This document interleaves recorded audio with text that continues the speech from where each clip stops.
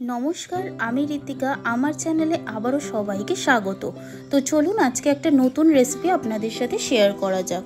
এই গরমে ঠান্ডা ঠান্ডা ম্যাঙ্গো লস্যি সবাই কিন্তু খুবই পছন্দ করে, তাই আজকে আপনাদের সাথে আমি ম্যাঙ্গো লস্যির রেসিপি শেয়ার করছি। তো দেখুন, এখানে আমি আম নিয়ে নিয়েছি, আর আমগুলোকে কিন্তু আমি এরমভাবে কেটে নিয়েছিলাম।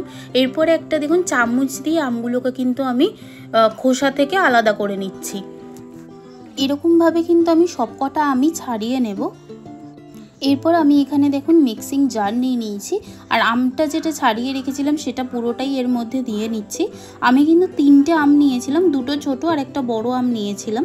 তো আমটা দেখুন দিয়ে দিলাম। এরপর এর মধ্যে পরিমাণ মতো আমি দুধ ব্যবহার করছি।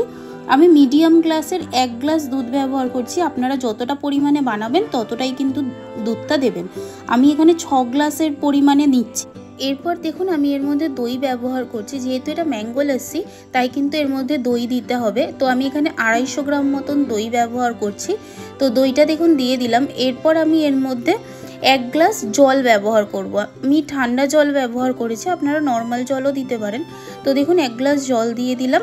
এরপর এর মধ্যে স্বাদ অনুযায়ী আমি নুন দিয়ে নেব। নুনটা কিন্তু আপনারা বুঝে দেবেন, আমি বেশি দিচ্ছি না, 2 চামচ মতন নুন দেবো, ছোটো চামচের 2 চামচ। আর এরপর আমি এর মধ্যে চিনিও দিয়ে নেব। চিনিটা বুঝে দেবেন, আমটা যদি বেশি মিষ্টি হয় তাহলে চিনির পরিমাণটা কিন্তু বেশি লাগবে না, আর আমটা যদি হালকা মিষ্টি হয় তাহলে কিন্তু চিনি দিতে হবে বেশি করে। তো আমি অল্প করেই চিনি ব্যবহার করছি। এবার আমি ঢাকনাটা আটকে দিয়ে ভালো করে কিন্তু মিক্স করে নেব সবকটা ইনগ্রিডিয়েন্টসকে, আর এটা মিক্স করে নিলেই কিন্তু রেডি হয়ে যাবে। তো দেখুন আমি মিক্স করে নিয়েছি। এরপরে আমি 2টো গ্লাস নিয়ে নেব, গ্লাসের মধ্যে কিন্তু সার্ভ করে নেব। আর দেখতেই পেলেন কত সহজ পদ্ধতিতে আমি আপনাদের সাথে শেয়ার করলাম ম্যাঙ্গো লস্যি। আপনারা কিন্তু যে কেউ এই রেসিপিটা বাড়িতে বানিয়ে একবার টেস্ট করে দেখতে পারেন, খুবই কিন্তু সুস্বাদু খেতে হয়। তো দেখুন আমি 2টো গ্লাসও নিয়ে নিয়েছি, এর মধ্যে আমি পরিমাণ মতো ঢেলে দিলাম। আর এটা কিন্তু আমি 6 গ্লাসের পরিমাণ আপনাদের দেখালাম, আপনারা যে যতটা বানাবেন বুঝে কিন্তু পরিমাণ মতো বানাবেন।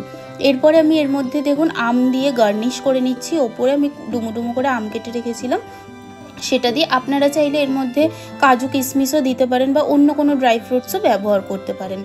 তো দেখতেই পেলেন কত সহজ পদ্ধতিতে আমি রেসিপিটা আপনাদের সাথে শেয়ার করলাম। আপনাদের যদি এই রেসিপিটা ভালো লেগে থাকে তাহলে প্লিজ আমার চ্যানেলটা সাবস্ক্রাইব করে দেবেন, একটা লাইক করে দেবেন, আর কমেন্ট করে জানাবেন রেসিপিটা কেমন লেগেছে। Thank you.